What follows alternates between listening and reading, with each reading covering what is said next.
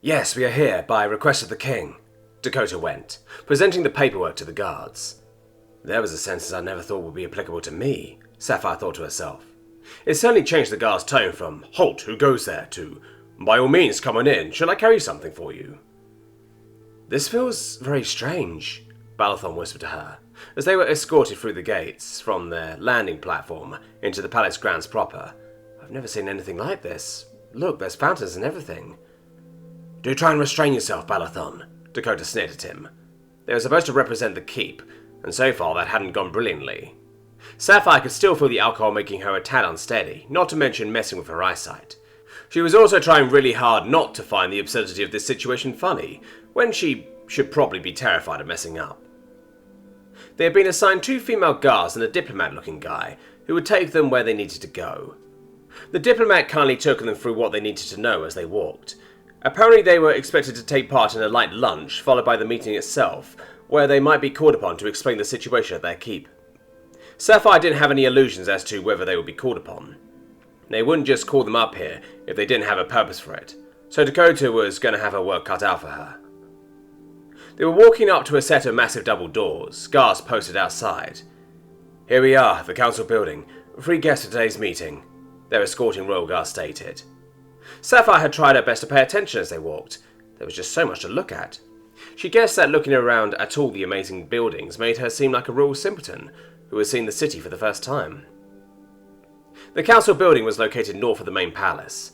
She had hoped they would get to see the actual palace from the inside, but this was still amazing. The council building was a vast, squat building. Judging by the tall, elegant windows, there were 4 very tall floors inside. The massive doors swung open, revealing a massive corridor wide enough to let a grown dragon pass unhindered. The walls were polished marble as white as a newborn. There were even servants who wiped guests' feet as they entered. The floors were covered in thick, deep blue carpet. The sensation of walking on it was almost heavenly. Sapphire had never felt anything like it. The closest she had ever gotten was a nice grassy field. Their escorts remained with them as they went deeper into the grand building. Sapphire's eyes floated over the countless paintings and tapestries. She hardly recognized any of them. She guessed a puma was cursing her for that. It was mostly dragonettes and dragons of note. There was the odd exception, though. A unicorn here and a few different creatures she didn't even recognize there. "How familiar are you with the council members?" the diplomat asked. Sapphire guessed he was, in fact, some kind of usher. "Last time I set foot on the palace grounds I was 10, Dakota went, in an apologetic tone. "I see. Well, I doubt you will have to address any of them without making your introductions first. Do try not to get it wrong, though. If you're uncertain as to who you are addressing, simply refer to them as Lord or Lady." Dakota looked back at the 2 of them. Sapphire nodded. She could do that, no problem. Hopefully Balathon could remember that too. "Thank you, kindly. Also, I do apologize for not being better prepared." "Nothing to apologize for. Circumstances are strained. I doubt you're the only ones poorly prepared for this day's meeting." "Did something bad happen?" Sapphire questioned. "You mean aside from several keeps, including yours, reporting Darkling sightings, some of them coming under attack from corrupted forces, and a detachment of royal guards sent to one going missing?" I'm sorry, what?" Dakota interjected. "How many keeps?" "I apologize, I do not know the finer details, but over the past month or so, I think 8 keeps have reported sightings. We know 2 have in fact fallen. The fate of a further 2 is still unknown. Those are just the attacks we know of, though I cannot tell you why this meeting is being called, since this is hardly new information to the king." "That certainly puts us being called here in a different light," Sapphire thought. "I believe you are here, so we may determine if you were attacked for the same reasons, since you were the first target to our knowledge. Am I right in saying you were attacked a little over a month ago?" "Yes, that is correct," Dakota replied. 5 weeks to be exact. They were after a dark artifact in the trader's possession." "Well, I'm sure the council will be interested to hear what happened." They were led to a large hall with finely decked tables, white tablecloths, silver cutlery, and fine glasses were set and ready. People were standing around making conversation. Sapphire guessed there were between 40 to 50 people present, with more arriving alongside themselves. "You are seated over there, next to the delegation from Kindle Keep. You'll be called to the table when the food is ready. Restrooms are in there if you need them." The usher bowed politely before leaving to do whatever an usher did, apart from dealing with people like them. Balathon edged closer to Dakota, leaning in. "You weren't joking when you said high society," he tried to whisper, without much effect. "This wasn't exactly what I had expected. Be on your best behaviour, do your best to act like people around you, and we three stick together. Dakota could see Dakota frantically scanning the room, likely looking for someone she knew.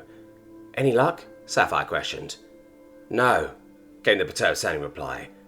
We're on our own, I think. Tom and Jackalope were bringing up the rear, keeping an eye on Jarrex, who was beating hard just to maintain altitude. Tom was hoping he would make it to the edge of the forest. It was clear, though, they were going to need a break at some point. Jackalope had been allowed to calm down for a few minutes following her outburst. She hadn't actually said anything apart from getting ready to speak a few times, but said nothing. Tom wasn't any better, though. He had no clue what to say following all that. He was starting to wonder if this should go on the list of bad ideas. Never mind, it was definitely a bad idea. Could it work, though? Eventually, she did appear to gather the courage to speak, so at least he didn't have to break the silence. So, do I get to try the guns? I should probably have seen that coming, Tom thought to himself. I guess, sure. Yes, came the timid-sounding reply, followed by more silence. Tom, what do you humans talk about with someone you like a lot? How the fuck was he supposed to answer that one? Damn it, he didn't know shit about this kind of thing. That's one hell of a question, Jackie. Feelings, I guess? There was a bit more slightly awkward silence. He wasn't really sure if the feeling of uncomfortableness was coming from him or her, but it was definitely in the air. Wow, you said, I love you, so I guess I love you too. That was the least convincing I love you Tom had ever heard. Her early outburst did lend it some validity, though, he guessed. Perhaps he needed to set an example. Oh boy. Remember Unkai? Don't just tell her she looks good. Well, I like you because you are funny and genuinely awesome. Hey, that wasn't too bad. Ah, I like you because you're brave, smart, and warm. She sounded quite proud of coming up with that, shuffling her shoulders. Tom just chuckled a bit. Jackie, you're 32, right? Yep. Have you ever, loved someone? That question was followed by yet more silence before she timidly answered. I haven't really been able to get it to work out. I did have a fling once. Didn't end so well. Well, at least that made two of them, Tom thought to himself. It was hardly what you would call experience on the subject. His past endeavours had mostly been the result of wild partying, rather than anything serious. What about you? No, not really, he admitted. That is fucking adorable, Jarrex then decided to add mockingly.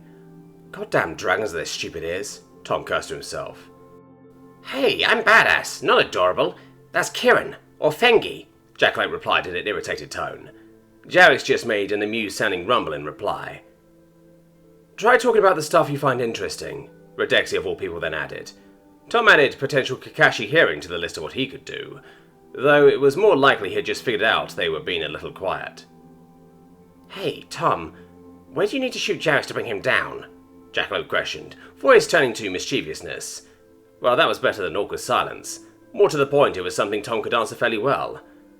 Base of the skull, just like the Tyrox. Alternatively, you could pump his side full of rounds. It would be much slower, though.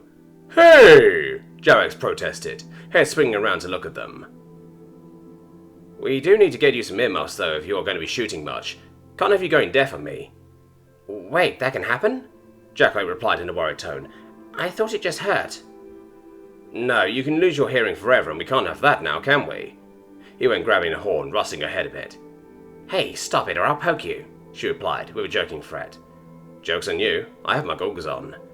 Ain't my fault you can't see shit otherwise. That is true. How far do you get too tired to carry me aloft on those mighty wings of yours? Well, if you weigh the same as Heron, days. Unfortunately, you have more in common with a Tyrox. Are you calling me fat? No, just heavy built, she replied, laughing at her own joke. See, there you go, Redexi then shouted, though Tom thought that was directed at Fengi, who was once again soaring above them. Perhaps it should be him rather than me trying to help Unkai, Tom mused to himself. Hey, Jarrex, feeling tired yet? Jackalope shouted out, looking at the dragon ahead of them. Nah, not yet. How far is it? Jarrex replied. Tom reckoned he was trying to sound more confident than he was. Half an hour at most, Zarko responded. If anyone calls me lazy after this, I'm zapping them. Tom could feel Jackalope tense up, getting ready to speak. He just put a calming hand on her shoulder. In hindsight, he should have realized that would be insufficient. I wish you to the tree line. The last one there is a lazy ass. Now, Jackie, no need to... Tom started. You're on, lovebird. Tom was about to object, but he had kind of known what he was signing up for here. Why not? It couldn't go any worse than some time spent camping in the woods until Jackalope recovered. It might actually be educational as well. Right, let's beat his ass, Tom went, hunkering down. Hey, you're not the one working her ass off here. Well, I worked very hard for that kill on your opponent's back. It's only fair I get a break. He really hadn't, but it was the thought that counted. Is the parachute packed? Jackalope questioned curiously. Yes? Tom asked, slightly perturbed, feeling like he might need it. He instinctively checked where the cord was, just in case. Just checking, Jackalope went, turning her head just enough to show the evil grin on her face. Yeah, she held all the cards at the moment. Tom just hoped her pride wouldn't lead to another Kakashi situation. The race was not really much of an explosive start, since they were already cruising. Jarex did put on some more speed, though, Jackalope clearly struggling to keep up to stay in his wake. Tom had been in his current position enough times to recognize a tired dragonette when laying on top of one, and Jackalope had been doing some rather enthusiastic flying thus far. As good a time as any for an experiment, then. Hey, I want to try something. Now don't tell the others yet. Tom began to rifle for his pockets, as stealthily as possible. He knew he had brought some candy along for emergency peace offerings. They had saved his ass once before, so he considered them essential equipment. It had nothing to do with his own sweet tooth. Keeping secrets already? Jackalope replied, seemingly finding that amusing even if she was working hard. Here, shh. He reached around to give her the candy. This stuff had worked wonders for Kirin, and they definitely loved the stuff. He wondered if he could get Jackalope a sugar high, as dangerous as that sounded. What's that? Ooh. Remember, shush. Jackalope just nodded in reply, opening her mouth. Tom had guessed she would just take it, but who was he to judge, as he placed the candy in there? He had almost expected Jackalope to buy it. It certainly felt like she was considering it. Damn it, that tastes good, she went, clearly trying and failing to be quiet. Now the waiting game began. He wanted to see what just one would do before he upped the dosage, so to speak. Kirin had only gotten half a candy, but he weighed 3, maybe 4 kilos tops in this gravity, even if he was growing fast. That would put the equivalent dose for Jackalope at around 5 candies. It did feel like she perked up a little, though he couldn't decide if that was just from having something delicious to eat. So after a bit, he leaned into her ear. Want another one? She turned her head around again to face him, eyes darting around and clearly searching for anyone who shouldn't know. Pretty please? She went, looking at him. He guessed she was trying to imitate Fengi's signature puppy eyes. She wasn't really pulling it off, though. Tom felt like he was in some kind of corny chick flick mixed with the dude from Mad Max pouring gas down superchargers as he put another candy into that toothy maw. On the third candy, the effect was becoming very apparent. She was picking up speed, wing beats quickening. Her breathing was becoming more ragged, though, much like Tom had expected. What is this stuff? She let out between laboured breaths, sounding almost incredulous. Candy, Tom truthfully replied. Sugar does more than taste good. It would seem to work wonders for you people. This is amazing. I heard Sapphire bitch about people using honey for competitions, but damn. We are going to need those sugar beets then. Might make you fast enough to catch Jarex, Tom chuckled. If you hadn't just given me 3 of those things, you'd be flying solo right now. Maybe if I had another? Jackalope replied, in a suggestive tone, clearly struggling for breath. She wasn't slowing down, though. Hey, that's not very nice. I believe that is called extortion where I am from. Extororosticon, Jackalope tried and failed miserably. No, you nearly got it. What the hell are you feeding her? Zarko finally called out. Okay, maybe they hadn't been that stealthy. Love and affection? Tom replied, grinning. Zarko didn't comment on that, though Tom sincerely doubted she had been convinced by it. Are you cheating back there? Jarex called out, clearly breathing heavily too. The dragon's wing beats had slowed a little, though Tom wasn't sure if that was due to confidence they couldn't pass him, or tiredness. No, my payload is just more useful, Jackalope replied. They were maintaining distance for the moment, or perhaps gaining a bit. Tom guessed that was likely due to the flying in Jarex's wake, though. Damn it, Jarex replied, though he didn't speed up. Tom guessed he was fairly well aware of his own endurance then, since he knew Jarex could go faster. Even if he didn't know how much that T-Rex was slowing him down. Just stay behind him, no use overtaking yet. I have done this before, you know. With a dragon? No? Tom concluded that she was probably the more experienced of the two when it came to flying, though, so he respectfully shut up. The chase continued for a few minutes without any change in the situation. Redexi had fallen behind, though Fengi and Zarko were still keeping up. At the pace that they were making, the edge couldn't be too far away, and the candy did seem to take a minute to work. After the last sprint, Tom questioned, bringing out 2 more candies. She was definitely starting to show signs of fatigue again, which was hardly surprising, all things considered. It wasn't like this stuff could last forever. He was a tad worried the sugar wouldn't do its job in her fatigued state. His fears were fairly quickly dispelled, though, as she once again picked up the pace, closing in on the now definitely slowing Jarex. "So, how's it hanging?" Tom questioned. Jackalope was currently too busy panting, so the least he could do was provide the sass.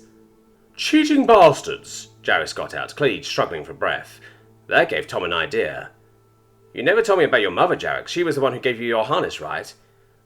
"Yes, it was a gift for graduating." "What's her name?" "Glira." "Is she a trader like your father?" "No, she—" "Stop it, Jarex, he's playing with you." Zarko cut him off. "Damn it, woman," Tom thought to himself. He had felt damn proud of that trick. Jarex, for his part, pulled his head around at the two of them with a sour expression on his face. "Sorry. I do want to hear about her at some point," Tom tried.